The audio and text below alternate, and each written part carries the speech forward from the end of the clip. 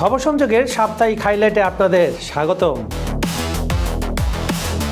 বন্ধুরা, ভাবুন তো, বিশ্বের দুই শক্তিশালী দেশের দুই ভয়ঙ্কর গোপন ইউনিট যদি মুখোমুখি হয় তবে কি হবে? একেবারে ফাটাফাটি, তাই না? একদিকে আমেরিকার দ্য ইউনিট বা ডেল্টা ফোর্স, যারা অন্ধকারে অদৃশ্য হয়ে কাজ করতে ওস্তাদ, আর অন্যদিকে রাশিয়ার স্পেতনা, যারা পরিচিত তাদের অতিমানবিক সহ্য শক্তি আর নিষ্ঠুরতার জন্য।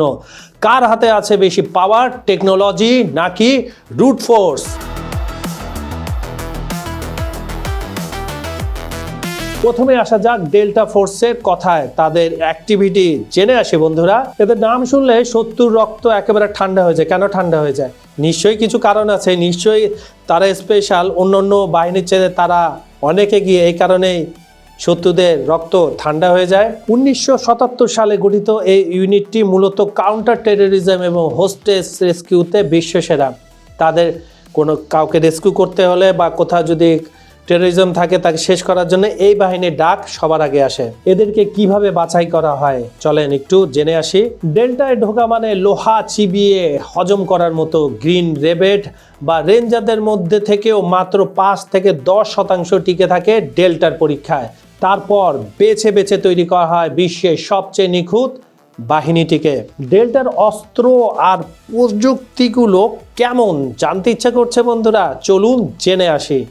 ডেল্টা মানে হাইটেক। এদের বাজেট অঢেল। রাতের অন্ধকারে এরা দিনের মতো দেখতে পায় এমন নাইট ভিশন চশমা থেকে শুরু করে লেজার গাইডের সব অস্ত্র এদের নখদর্পণে চাইলাম আর নিয়ে নিলাম। ডেল্টার কাজের স্টাইল সবার চেয়ে আলাদা। এই বাহিনীর মূল মন্ত্র হলো সারপ্রাইজ। এই দুই ভয়ঙ্কর বাহিনীকে আপনি যদি মুখোমুখি দাঁড় করিয়ে দেন তাহলে তো দৃশ্যটা একেবারে ইয়াম্মি হবে, ঠিক না? তাহলে চলেন ওয়া ফ্যাক্টরগুলো দেখে আসি। আমি আপনাদের এই দুই বাহিনীর স্পেশাল ফোর্সের একটা ক্যাটাগরি বলছি। ডেল্টা ফোর্স একদিকে, যেটা ইউএসএর, আরেকটা হচ্ছে স্পেতনাজ, রাশিয়ার। ডেল্টা ফোর্সের মূল শক্তি হলো টেকনোলজি আর ইন্টেলিজেন্স, আর স্পেতনাজের হচ্ছে শারীরিক শক্তি আর ভয়হীনতা। ডেল্টার হচ্ছে অভিযান নিখুঁত, আর তাদের স্পেতনাজের হচ্ছে টার্গেট বিধ্বংসী ও দ্রুত। আবার যদি আমরা ডেল্টার দিকে ফিরে দেখাই, তাদের গোপনীয়তা, খুব গোপনে কাজ করে। আর পক্ষান্তরে স্পেতনাজ কি করে? এরা প্রদর্শনী করে, একদম পুরো বুম বুম উড়াই দিয়ে সব শেষ। ডেল্টা ফোর্সের সবচেয়ে বড় শক্তি তাদের ইন্টেলিজেন্স নেটওয়ার্ক। তারা জানে শত্রু কোথায় ঘুমাচ্ছে। আর স্পেতনাজের শক্তি তাদের ব্রুটাল ফিজিক্যাল পাওয়ারে। আপনি যদি একটা বিল্ডিং থেকে জিম্মি উদ্ধার করতে চান তবে ডেল্টাই সেরা, একদম বেস্ট, নাম্বার 1। কিন্তু এখানে অনেকগুলো কিন্তু আছে। যদি বড় কোনো শহরের দখল নিতে চান বা কোনো এলাকা ধ্বংস করতে চান তবে স্পেতনাজের কোনো তুলনাই হয় না।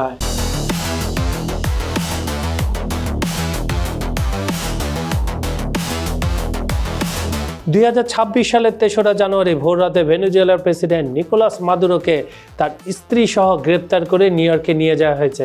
এটা কিছুটা পুরাতন খবর, আপনাদের কাছে তো অনেক আগেই পৌঁছে গেছে, কিন্তু টাটকা খবরটা হলো এই ঘটনা নিয়ে রাশিয়ার সিনেটর আলেক্সে পুসকভ যে মন্তব্য করেছেন তা পুরো বিশ্ব রাজনীতিতে নতুন ঝড় তুলতে পারে।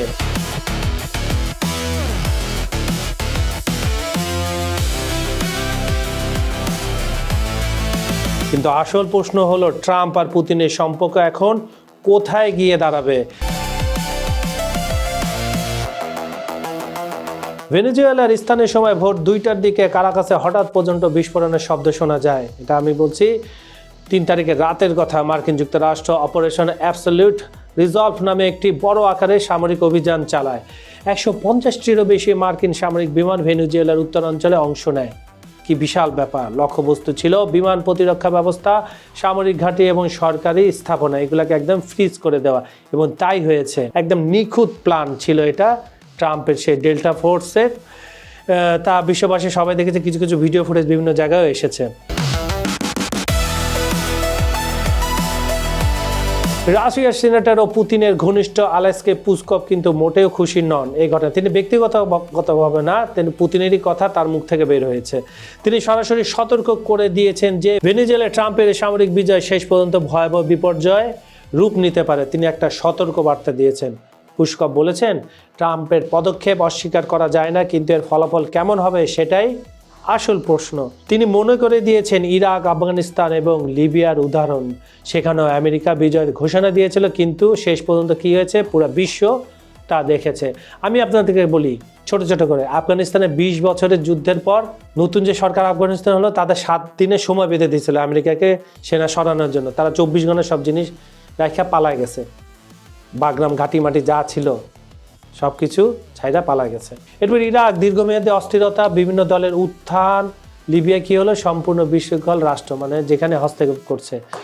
পুস্কভ যুক্তি দিয়েছেন যে যুক্তরাষ্ট্র আবার আন্তর্জাতিক আইন লঙ্ঘন করেছে, 1900 শতকের নিষ্ঠুর সাম্রাজ্যবাদ ফিরিয়ে এনেছে এবং ওয়াইল্ড ওয়েস্টের মতো আচরণ করছে, যেখানে পশ্চিম গোলার্ধে তারা যা খুশি তাই করার অধিকার দাবি করছে। এই অভিযোগগুলো পুতিনের ঘনিষ্ঠজন জানালো। এখন দেখা যাক। মজার ব্যাপার কি জানেন, এই সতর্কবাণী কিন্তু এমনিতেই আসেনি, এর পেছনে রয়েছে ট্রাম্প পুতিন সম্পর্কের একটা জটিল ইতিহাস। দুই পরাশক্তি দেশের দুই নেতার অবস্থা এখন কেমন জেনে আসা যাক। ট্রাম্প এবং পুতিনের সম্পর্ক সবসময় রহস্যজনক ছিল, কখনো বেস্ট ফ্রেন্ড, কখনো কড়া সমালোচক। কিন্তু 2025 সালে এই সম্পর্কে বড় ধরনের একটা পরিবর্তন এসেছে। 2025 সালের টাইমলাইনটা যদি আমরা দেখি, ফেব্রুয়ারি ট্রাম্প এবং পুতিনের মধ্যে 1.5 ঘন্টার ফোনে কথা হয়। তারপর ইউক্রেন যুদ্ধ শেষ করার আলোচনা শুরু হয়, ট্রাম্প উল্লাসিত হয়, পুতিনও ইতিবাচক সংকেত দেন। তারপর আগস্ট 2025, খুব সিগনিফিক্যান্ট একটা ডেট, আলাস্কায় ট্রাম্প পুতিন শীর্ষ বৈঠক হয়, 3 ঘন্টার মিটিং, কিন্তু কোনো চুক্তি হয়নি। খালি কি হয়েছে, কফির কাপ খালি হয়েছে, খালি কফি খাইছে আর গল্প করছে।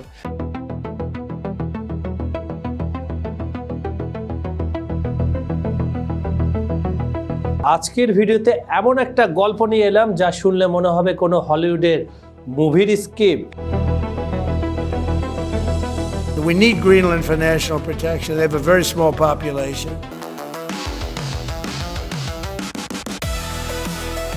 দেখুন বন্ধুরা, জানুয়ারির 3 তারিখ ভেনেজুয়েলা যা হলো সেটা ইতিহাস তৈরি করলো। খারাপ হোক মন্দ হোক, এটা ইতিহাস বলে দিবে। যেটা একটা ঘটনা ঘটেছে, এটা আমরা দেখেছি। আমেরিকা সরাসরি প্রেসিডেন্ট মাদুরোকে আটক করলো, ভেনেজুয়েলা প্রেসিডেন্ট। আর তার বিরুদ্ধে কি কি অভিযোগ ছিল আমি তো প্রথমে আপনাকে বললাম। এটা আন্তর্জাতিক আইনে পুরোপুরি লঙ্ঘন বলে বিশ্বজুড়ে প্রতিবাদ হচ্ছে, বিক্ষোভ হচ্ছে, ব্যাপক আকারে না, কিন্তু বিভিন্ন দেশ তাদের প্রতিবাদ জানাচ্ছে। কিন্তু আসল মজা শুরু হলো তারপরে। এরপর আবার কি মজা, চলুন শুনে আসি। কয়েক ঘন্টার মধ্যে স্টিফেন মিলারের স্ত্রী, যিনি ট্রাম্পের প্রভাবশালী উপদেষ্টা, তিনি টুইট করলেন একটা ম্যাপ, গ্রিনল্যান্ড পুরোটা আমেরিকান পতাকা দিয়ে ঢাকা, ক্যাপশন সুন, মানে খুব শীঘ্রই। এখন কথা হলো, এটা কি কাকতালীয়? একদিনে ভেনেজুয়েলা দখল, পরের দিন গ্রিনল্যান্ডের দিকে ইশারা? না বন্ধু, এটা কিন্তু একটা সিগন্যাল। 3 ধরনের হয়, green signal, yellow signal, red signal. এখন এটা কোন সিগন্যাল, এটা আপনারাই নির্ধারণ করেন, কমেন্টে জানান। আমেরিকা দেখিয়ে দিচ্ছে আমরা যা চাই তাই করতে পারি, আন্তর্জাতিক আইন সেটা শুধু দুর্বল দেশগুলোর জন্য। আপনি যদি এই পুরো ঘটনাটা দেখেন, এটাই আপনার মাথায় আসবে। ডেনমার্ক কি জবাব দিল শুনে আসা যাক। এখন মজার ব্যাপার হলো, ডেনমার্কের রাষ্ট্রদূত কিন্তু চুপ করে বসে থাকেননি। জেসপার মোলার সোরেনসেন, আমেরিকায় ডেনমার্কের রাষ্ট্রদূত, তিনি সেই পোস্টার রিটুইট করলেন, কিন্তু এমনভাবে করলেন যে বুঝতেই পারবেন না এটা হুমকি নাকি অনুরোধ। তিনি লিখলেন, একটা বন্ধুত্বপূর্ণ সম্পর্ক স্মরণ করিয়ে দিচ্ছি। তারা ঘনিষ্ঠ বন্ধু, ন্যাটোর সদস্য, একসাথে আর্কটিকের নিরাপত্তা রক্ষা করা হয়। আর হ্যাঁ, তারা আশা করে তাদের আঞ্চলিক অখণ্ডতাকে সম্মান করা হবে। মানে কূটনৈতিক ভাষায় ওইটাকে রিটুইট করলেন উনি। এই হলো ডিপ্লোম্যাটিক ভাষা। মানে হলো, আমি যদি আপনার সাথে দোস্ত লাইন ক্রস করো না, আমরা দুর্বল কিন্তু না, আমরা আটলান্টিক পাহারা দেই, তাই বুঝে শোনা কাজ করো। মানে আমরা যদি আঞ্চলিক ভাষায় এটাকে বলি। ডেনমার্ক 2025 সালে প্রতিরক্ষা খাতে $13.7 বিলিয়ন খরচ করছে, বেশিরভাগটাই আর্কটিক অঞ্চলে। বার্তা একেবারে পরিষ্কার, আমরা প্রস্তুত আছি, মানে we are ready all time. কেন ট্রাম্প গ্রিনল্যান্ডের দিকে নজর দিলেন?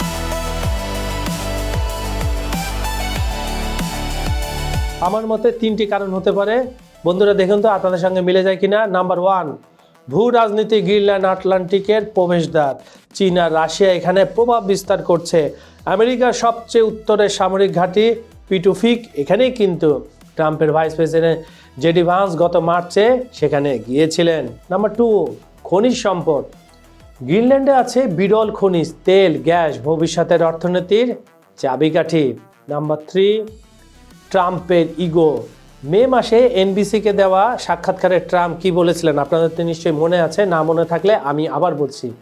তিনি সামরিক পদক্ষেপ নাকচ করছেন না, তাদের গ্রিনল্যান্ড দরকার। মানে একটা প্রশ্ন করা হয়েছিল গ্রিনল্যান্ডের ব্যাপারে আপনার কি নেগোসিয়েশন, উনি বলছেন আমরা সামরিক পদক্ষেপ কিন্তু এখনই নাকচ করছি না। তিনি সে সময় বলেছিলেন ওখানে মানুষ কম, ইউএসএ তাদের লালন পালন করবে। হোয়াট এ যুক্তি। এখন সবচেয়ে চমকপ্রদ তথ্য শুনুন। গত মাসে ডেনিশ ডিফেন্স ইন্টেলিজেন্স সার্ভিস অর্থাৎ ডেনমার্কের গোয়েন্দা সংস্থা তারা একটি রিপোর্ট দিয়েছে। সেখানে কি আছে? সেখানে প্রথমবারের মতো আমেরিকাকে নিরাপত্তার ঝুঁকি হিসাবে চিহ্নিত করা হয়েছে। লাউ ঠেলা।